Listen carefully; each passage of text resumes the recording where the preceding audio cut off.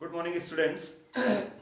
आज आप लोग का क्लास 11th का chapter 1 some basic concept chemistry का लेक्चर नंबर 10 है। ठीक है, तो अब आप लोग को आज के वीडियो में क्या पढ़ाया जाएगा, इसके पहले वाले लेक्चर नंबर 9 में मैंने आप लोग को पढ़ाया था कि इंपायरिकल फार्मूला, मॉलिक्यूलर फार्मूला और कैसे किसी कंपाउंड का मॉलिक्यूलर फार्मूला निकालते हैं। उसमें मैंने टेबल समझाया था, इंपायरिकल फार्मूला का अलग से एग्जाम्पल दिया था, मॉलिक्यूलर फार्मूले का एग्जाम्पल दिया था, फिर 2-3 न्यूमेरिकल लगवाया था और बोला था कहीं किसी को कोई दिक्कत होगी तो आप मुझसे पर्सनली पूछ भी सकते हैं। ठीक है, आज के टॉपिक में लेके मैं आया हूं लिमिटिंग रिएजेंट। क्या लेकर आया हूं? Limiting reagent. लिमिटिंग रिएजेंट पहले तो मैं इसको ओरली आपको समझा दूंगा, फिर डेफिनेशन लिख के दिखा दूंगा। लिमिटिंग रिएजेंट, नाम पे जाओ। अच्छा, एक वर्ड है लिमिटिंग। लिमिटिंग का वर्ड सुनते ही दिमाग में आता है लिमिटेड। बोलिए क्या आता है? लिमिटेड। लोग कहते हैं कोई भी चीज लिमिटेड हो, ठीक है, that is called limiting reagent. तो बात तो सही है, कोई भी चीज लिमिटेड हो, लेकिन लिमिटेड को समझने का सबका अपना अलग अलग तरीका होता है। लिमिटेड को समझने का सबका अपना अलग अलग तरीका होता है। कुछ लोग ये समझ लेते हैं कि जो कम है वही लिमिटेड है। ऐसा सोचना गलत है। अब इसको मैं कई एग्जाम्पल के थ्रू आपको समझाऊंगा। जो कम है वो लिमिटेड है, ऐसा सोचना गलत है। मैं ये कह रहा हूं, इसको दिमाग में अपने बैठा लीजिए। कभी कभी जो ज्यादा होता है वो भी लिमिटेड हो जाता है। कैसे? जैसे मान लीजिए आप किसी शादी विवाह में गए। मैं ऐसे कई कुछ कॉमन डेली लाइफ के एग्जांपल आपको दे रहा हूं। आप शादी विवाह में गए, ठीक है। शादी में आपको पता होगा पनीर, मान लो पनीर की सब्जी बनी है तो पनीर की सब्जी ज्यादा बनती है क्योंकि लोग जानते हैं कि सब लोग आएंगे, अधिकतर लोग पनीर ही खाएंगे। ठीक है, आप लोग देखते होंगे कहीं कहीं पर तवे पर करेले की कलौजी, भिंडी की कलौजी और बैगन की कलौजी भी रखी रहती है। क्या वो भी बहुत ज्यादा बनती है? पनीर अगर बनेगा 100 किलो तो क्या 100 किलो करेले का कलौजी बनता है? नहीं, करेले की कलौजी बनती है 4 किलो, 5 किलो। आपके घरों में भी शादियां हुई होंगी, आप देखे होंगे। ठीक है, करेले की जो कलौजी बनती है वो 4 या 5 किलो बनती है। अच्छा, तो लेकिन खत्म होने का चांस किसका रहता है? करेले की कलौजी या पनीर? पनीर।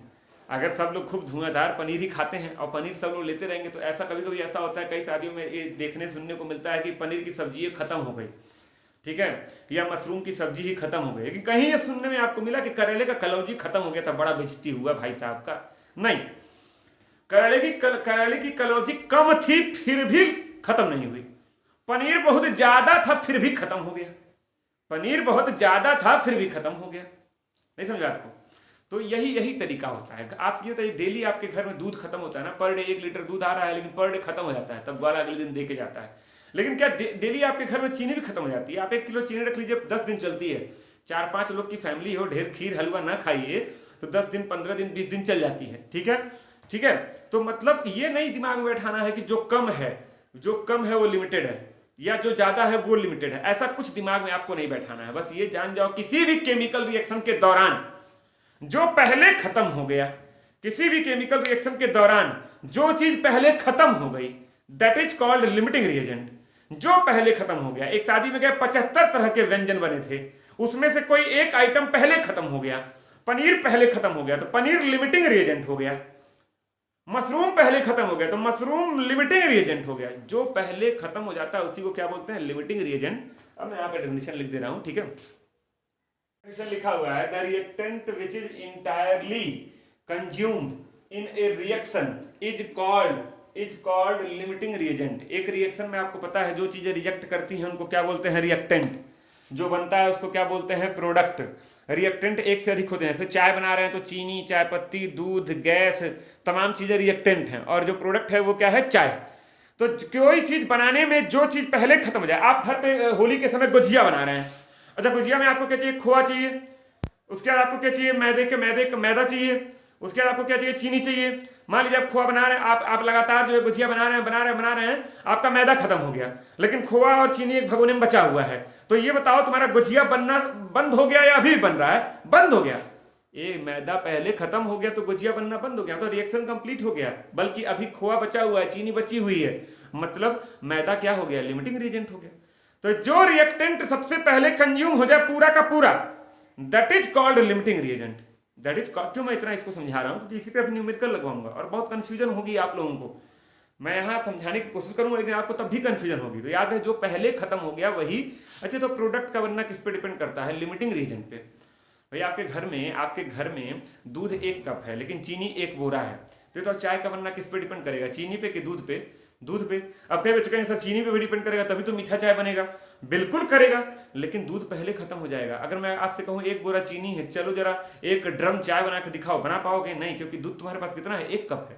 तो जो पहले खत्म हो गया दैट इज लिमिटिंग रीजन। दूध खत्म हो जाएगा, 1 कप चाय बनेगी बस। यानी चाय का बनना डिपेंड कर रहा है दूध और चीनी दोनों पे, लेकिन दूध पहले खत्म हो गया, इसलिए मेनली किस पे डिपेंड कर रहा है, दूध। तो दूध क्या हो गया, लिमिटिंग रीजेंट हो गया। तो ये डेफिनेशन आप नोट कर लीजिएगा, ठीक है। अब इसके बाद मैं सीधे आप लोग को सीधे न्यूमेरिकल लगाऊंगा और न्यूमेरिकल लगाकर आपको समझाऊंगा। इसमें डायरेक्टली न्यूमेरिकल पे ही एप्लीकेशन है, थ्योरी में यही था जो मैं एग्जांपल देके आपको समझाने की कोशिश कर रहा था, ठीक है। देखिए कहने के लिए मैंने एक क्वेश्चन लिखा है, लेकिन ये 3 क्वेश्चन है, 3 क्वेश्चन इसके अंदर है। देखिए क्या लिखा है, 3 gram of H2 reacts with 29 gram of O2 to yield H2O, मतलब पानी बन रहा है, ठीक है। आइए रिएक्शन लिखते हैं, आंसर देखिए सॉल्यूशन। ये था H2 प्लस O2 गिव्स क्या दे रहा है बोलो, H2O। बैलेंस कर लो इसको, 2H2 plus O2 gives 2H2O। Hit and trial method से बैलेंस कर लिया आपने। अच्छा आपको पढ़ाया था, मैंने बताया था कि ये क्या है, मोल। कितना मोल है, 2 मोल। ये कितना मोल है, 1 मोल। ये कितना मोल है, 2 मोल। ये मोल का रेशियो होता है 2:1:2, ठीक है। 2 मोल 1 मोल 2 मोल, रिएक्शन बैलेंस होना चाहिए बच्चा। अच्छा तो H2 का क्या होता है, 2 ग्राम। 1 H का होता है 1, तो H2 का क्या होगा 2। 2 मोल का क्या होगा, 1 मोल का होगा 2 ग्राम, तो 2 मोल का क्या होगा 4 ग्राम। यहां लिख लो इसे 4 ग्राम, सारा डेटा ग्राम में दिया भी है। ये था O2 का होता है 32, 32, 16 दूनी 32। लेकिन 1 मोल O2 की बात करोगे, मोल कौन से पढ़ा चुका हूं, तो 1 मोल O2 की बात करोगे तो 32 ग्राम, ग्राम में हो जाता है ना खर्च से। ये तो H2O का 16 और 2 18 है, 1 का 18, तो 2 मोल का 18 दूनी 36 ग्राम। ये इतना काम आपको करना है। जब भी कभी लिमिटिंग रिएजेंट पर क्वेश्चन आए तो आप रिएक्शन लिखना, उसको बैलेंस करना, और इसके आगे जो कोफिशिएंट है उसको मोल मानकर उसके मास को निकाल लेना ग्राम में। लिख लिए 32 4 36। ये हमारा law of conservation of mass भी वेरीफाई हो रहा है, ठीक है। चलिए ये बताओ, इसके 4 ग्राम के लिए इसका कितना ग्राम चाहिए था, 32 ग्राम। अच्छा हमारे पास कितना ग्राम हाइड्रोजन, 2 तरीके से हमको सोचना पड़ेगा। 3 ग्राम हाइड्रोजन है और 29 ग्राम O2 है। ध्यान देना, हमारे पास इतना नहीं है, तो रिएक्शन है। अगर रिएक्शन हमको मिल जाए, उसको हम बैलेंस कर ले, तो ऐसा होना चाहिए। लेकिन कह रहा है कि बच्चा तुम्हारे पास 3 ही ग्राम हाइड्रोजन है, तो 4 ग्राम पर अगर ये 32 चाहिए, तो बताओ 1 ग्राम पे कितना चाहिए, 32/4। तो बताओ 3 ग्राम पे कितना चाहिए, 32/4 × 3, तो ये कितना आएगा, 4 32 8 से 24, ये आएगा आपका 24 ग्राम। मतलब 3 ग्राम हाइड्रोजन केवल 24 ग्राम ऑक्सीजन का इस्तेमाल करेगा। भाई 4 ग्राम हाइड्रोजन 32 ग्राम का इस्तेमाल कर रहा है, तो 1 ग्राम हाइड्रोजन 32/4 मतलब 8 ग्राम का इस्तेमाल करेगा। 8 ग्राम का इस्तेमाल करेगा। O2 की बात कर रहा है, इसकी बात नहीं कर रहा है, ठीक है। तो ये बताओ 3 ग्राम कितना इस्तेमाल करेगा, 8 × 3 यानी 32/4 × 3 24 ग्राम इस्तेमाल करेगा। जानते हो ऐसा क्यों, अभी मैं इसकी बात सबसे लास्ट में करूंगा। हमको सबसे पहला काम पता लगाना है कौन लिमिटिंग रिएजेंट है, और लिमिटिंग रिएजेंट रिएक्टेंट में से ही कोई एक होता है। मतलब H2 और O2 में से कोई एक लिमिटिंग रिएजेंट है। कई बच्चे दिमाग लगाते हैं सर ये कम है तो यही लिमिटिंग होगा, हो सकता है उनका दिमाग सही भी हो, लेकिन हर जगह सही होगा कोई गारंटी नहीं, तो ये निकालना पड़ेगा आपको। तो ये तो 3 ग्राम पे कितना यूज किए, 3 ग्राम पे कितना ऑक्सीजन चाहिए, 24, और हमारे पास ऑक्सीजन कितना है, 29 ग्राम, पर्याप्त है। हमको चाहिए 24 ग्राम और है कितना, 29 ग्राम। हाइड्रोजन खत्म हो गया पूरा, हाइड्रोजन पूरा 3 ग्राम ऑक्सीजन के 24 ग्राम से ही रिएक्ट करेगा। मतलब ऑक्सीजन का 24 ग्राम यूज होगा और कितना बचा रह जाएगा, 5 ग्राम ऑक्सीजन बचा रह जाएगा। 29 में से 24 गया, 5 ग्राम ऑक्सीजन बच जाएगा, क्योंकि उस ऑक्सीजन से रिएक्ट करने के लिए और हाइड्रोजन है ही नहीं। तो कौन बचा, ऑक्सीजन। मैंने क्या कहा था, जो पहले खत्म हो जाए दैट इज लिमिटिंग रिएजेंट। बताओ पहले कौन खत्म हुआ, हाइड्रोजन। तो हाइड्रोजन हमारा क्या हो गया, तो लिमिटिंग रिएजेंट। पहला आंसर आपका क्या हो गया, ए का आंसर क्या हो गया, हाइड्रोजन। लिमिटिंग रिएजेंट कौन है, hydrogen. Answer of A hydrogen. अच्छा तो अगर ये 24 की जगह आ जाता 30 ग्राम, कितना आता, 30 ग्राम, वैसे आपसे पूछ रहा हूं, मान लो 24 की जगह आता 30 ग्राम, तो आपको पता होता है 3 ग्राम के लिए कितना ऑक्सीजन चाहिए, 30 ग्राम। लेकिन ऑक्सीजन हमको क्वेश्चन में कितना दिया है, 29 ग्राम, यानी ऑक्सीजन कम पड़ गया। अब लिमिटिंग कौन हो जाता, ऑक्सीजन हो जाता। अब लिमिटिंग कौन हो जाता, ऑक्सीजन हो जाता। तो ये ध्यान देना, इसी में कंफ्यूज होते हैं बच्चे। तो अब आओ पहले का आंसर हो गया। दूसरा देखो, अमाउंट ऑफ H2O फॉर्म, कितना पानी बना, जो लिमिटिंग रिएजेंट है उसी के रिस्पेक्ट में निकालते हैं। मैंने बताया था प्रोडक्ट का बनना किस पर डिपेंड करता है, लिमिटिंग रिएजेंट पर। अरे भाई इस 29 ग्राम में 24 ग्राम यूज हुआ, 5 ग्राम ऑक्सीजन बच गया, तो प्रोडक्ट का बनना एक्चुअली किस पे डिपेंड कर रहा है, हाइड्रोजन पे, जो पहले खत्म हो गया। तो ये बताओ 4 पे 36 बन रहा था। अब इसको अलग से सॉल्व कर लो। यहां पे देखो 4 ग्राम H2 था तो कितना बन रहा था, 36 ग्राम H2O बन रहा था। तो बताओ 1 ग्राम H2 होगा तो ये कितना बनेगा, 4 से डिवाइड करोगे 9 ग्राम H2O। तो बताओ 3 ग्राम हाइड्रोजन होगा तो ये कितना बनेगा, 9 गुणे 3 मतलब 27 ग्राम H2O। मतलब कितना पानी बना, 27 ग्राम। तो बी का आंसर क्या हो गया, 27 ग्राम H2O। और सी का आंसर पहले ही बता दिए थे, अमाउंट ऑफ अनरिएक्टेड रिएक्टेंट। तो 29 ग्राम O2 में से कितना यूज किए, 24, तो कितना बच गया, 29 माइनस 24 बराबर 5 ग्राम O2। ये तीनों आंसर। लिमिटिंग रिएजेंट हाइड्रोजन, कितना पानी बना हाइड्रोजन के रिस्पेक्ट में निकाले, 4 पे 36 बना, तो 1 ग्राम पे 36 बटे 4 9 ग्राम, तो 3 ग्राम पे 3 से मल्टीप्लाई, और कितना ये बच गया, तीनों हो गया।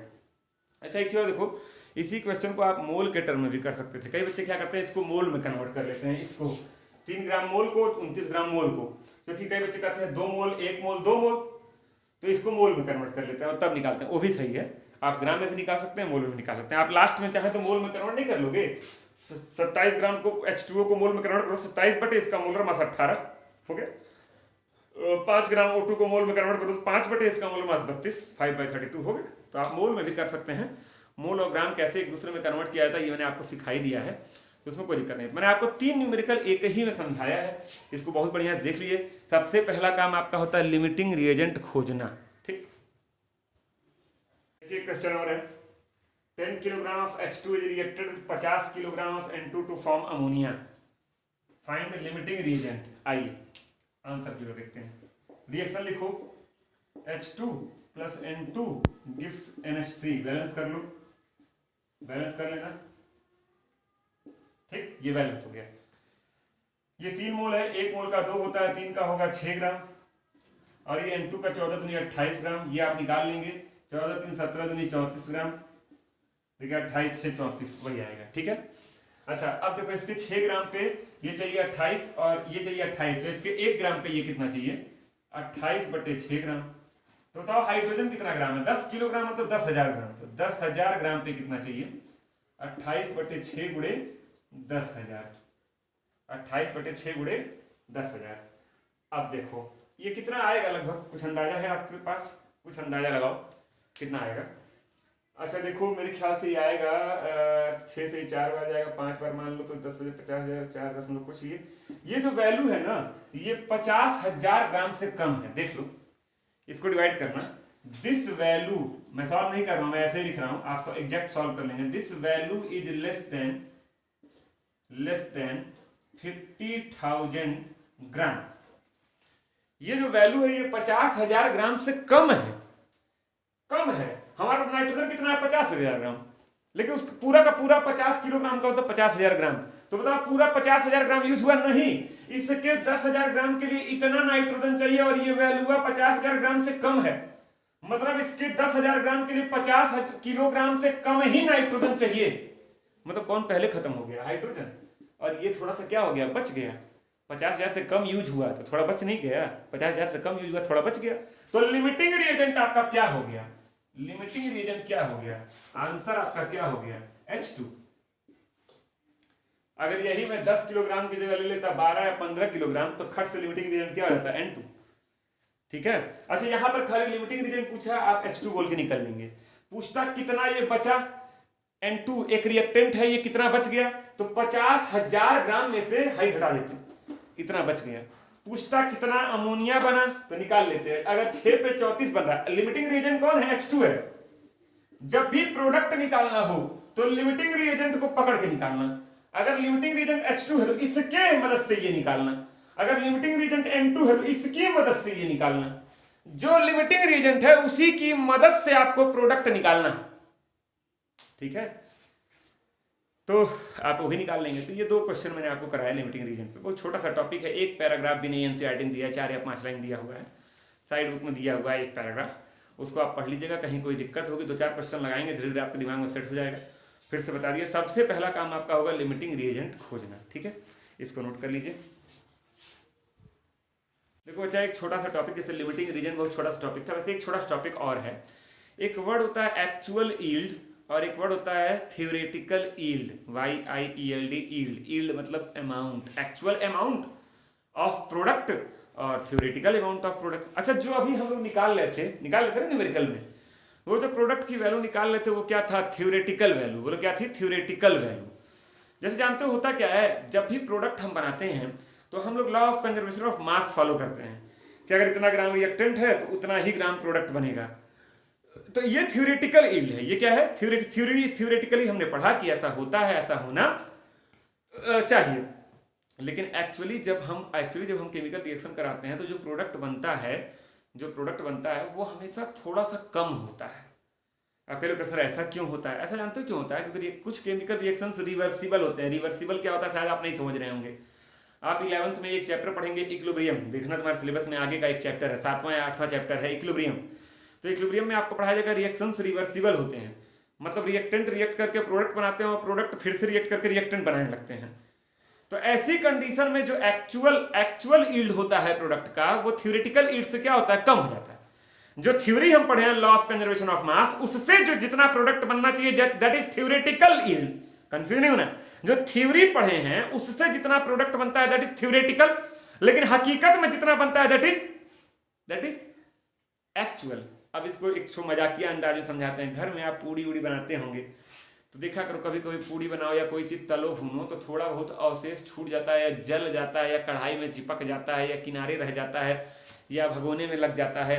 मान लीजिए हम किसी चीज में आटा साने हैं, उसमें थोड़ा आटा चिपका हुआ है, उसका नहीं हम पूड़ी बनाते हैं। तो ये बताओ जो पूड़ी बन रही है उसका वो एक्चुअल उसका अमाउंट है रिएक्टेंट के अमाउंट से थोड़ा सा कम हो गया कि नहीं हो गया? हो गया। तो यही चीज कहा जा रहा है, जो थ्योरी पढ़कर जो वैल्यू निकलती है दैट इज थ्योरेटिकल वैल्यू, और जो एक्चुअली बनता है that is actual yield of product. तो एक फार्मूला यहां पर निकल के आता है, परसेंटेज यील्ड, YIELD। ये क्या होता है? एक्चुअल यील्ड, ठीक है, अपॉन थ्योरेटिकल यील्ड इनटू 100।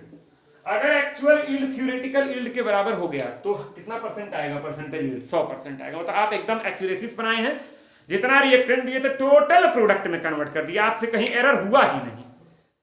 ठीक है, तो इस पर भी एक छोटा सा न्यूमेरिकल लगवा दे रहा हूं। ये याद रखना, एक्चुअल यील्ड का मतलब वो हुआ जो रियलिटी में बना, जितना प्रोडक्ट बना, प्रोडक्ट। और थ्योरेटिकल यील्ड का मतलब ये हुआ जो हम तमाम तरह के लॉ पढ़े हैं, लॉ के अकॉर्डिंग कितना बनना चाहिए, लॉ के अकॉर्डिंग कितना बनना चाहिए वो नीचे, और एक्चुअली बना कितना वो ऊपर, और ये वैल्यू हमेशा इससे कम होगी। अगर आप बहुत एक्यूरेट निकालेंगे तो ये दोनों बराबर हो जाएगा, लेकिन ये वैल्यू कभी थ्योरेटिकल यील्ड से ज्यादा नहीं आएगी कि हम लेके चले 10 ग्राम सर 15 ग्राम बन गया, ये असंभव है। हाँ, ये हो सकता है सर हम लेके चले, हम थाली में लेके आए 600 ग्राम खाना, लेकिन हम खाए 590 ग्राम खाना, 10 ग्राम थाली में ही छूट गया। नहीं होता है, सुरुआ उरुआ लग गया किनारे, हम थाली ऐसे ही छोड़ दी। आप खाना खाते हैं, एक आध दो दाना जरूर चावल छूट जाता होगा थाली में। तो थ्योरेटिकल हम कितना लेके आए और एक्चुअली हम कितना खाए, तो थ्योरेटिकली कितना यील्ड होना चाहिए और एक्चुअली कितना बन रहा है। तो जो एक्चुअली बन रहा होता है वो या तो थ्योरेटिकल के बराबर होगा या तो उससे कम होगा, उससे ज्यादा नहीं होगा। तो एक छोटा सा न्यूमेरिकल इसको भी लगवा रहा हूं। देखिए रिएक्शन दिया हुआ है, ठीक है, आपके सामने है। अब इस रिएक्शन में देखो, आंसर की ओर बढ़ते हैं। ये देखो, हमेशा प्रोडक्ट की बात करते हैं, जो यील्ड निकालने की बात करेंगे वो प्रोडक्ट की बात करेंगे, इसी का एक्चुअल और इसी का theoretical. What is the percentage yield of reaction if 4.6 gram of ethylene, मतलब यही एथिलीन है, ठीक है, गिव्स 4.7 ग्राम ऑफ अल्कोहल, ये अल्कोहल है आपका। अच्छा चलिए, तो इस रिएक्शन से ये निकालो, इसका 12 24 4 28। देखो ये रिएक्शन पहले नीचे लिख ले रहा हूं, C2H4 प्लस H2O क्वेश्चन में था, इसको आंसर में भी आप लिखेंगे CH3 CH2OH। ये आपका आएगा 28 ग्राम, ये आपका आएगा 18 ग्राम, ये आपका आएगा 12 3 15 और 27 2 29 31 30 46 46 ग्राम। अच्छा, तो ये 28 ग्राम पे 46 बना। देखो क्वेश्चन में पढ़ो, 4.6 ग्राम एथिलीन मतलब ये दिया है, और 4.7 ग्राम अल्कोहल मतलब ये दिया है। इसकी बात नहीं कर रहा है, तो इन दोनों पे फोकस करो।